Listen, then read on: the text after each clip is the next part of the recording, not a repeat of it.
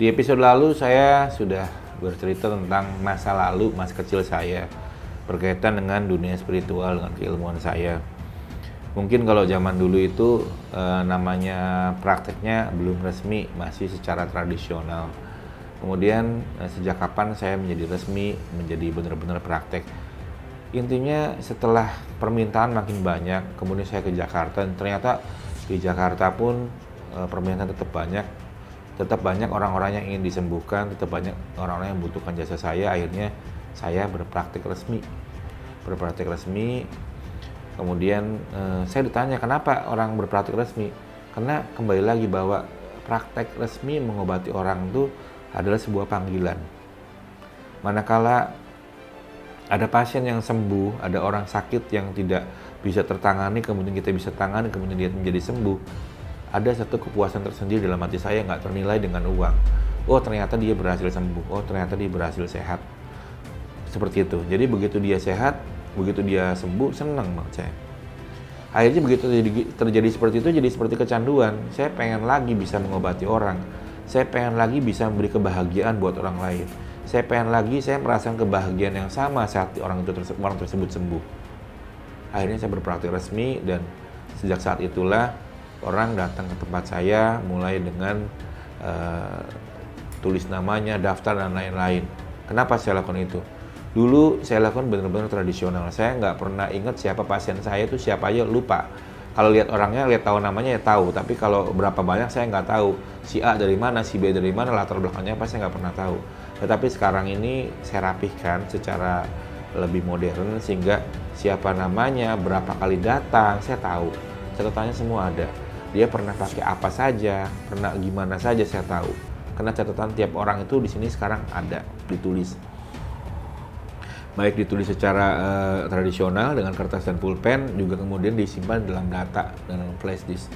Artinya saya catat itu supaya semuanya benar-benar rapih, terorganisir dengan baik.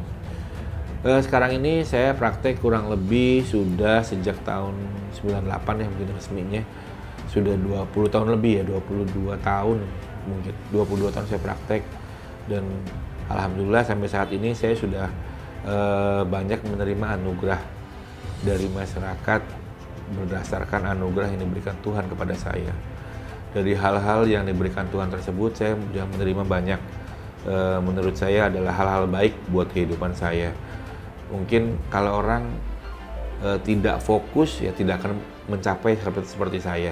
Tapi pada kala itu dalam kehidupan saya, waktu zaman saya di kampung, kehidupan yang tidak baik, yang mungkin tidak baik di sini secara ekonomi kurang baik, kemudian akhirnya berkembang saya bisa mengobati, kemudian akhirnya sampai saat ini mungkin perlahan terjadilah sesuatu proses yang namanya sukses. Kesuksesan itu terjadi karena saya terus berusaha mencari hal baru, mencari barang baru, mencari penemuan baru, pengetahuan baru, sehingga saya berusaha menutupi segala sesuatu yang selama ini saya belum pernah tahu.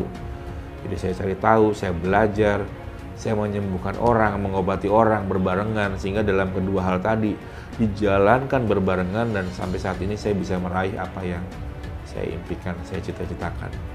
Orang bilang itu namanya sukses. Mungkin benar kata saya sukses, tetapi kembali lagi bahwa ini juga pembelajaran buat orang lain, bahwa sukses itu tidak datang dengan sendirinya. Ada sebuah proses yang memang harus dijalani.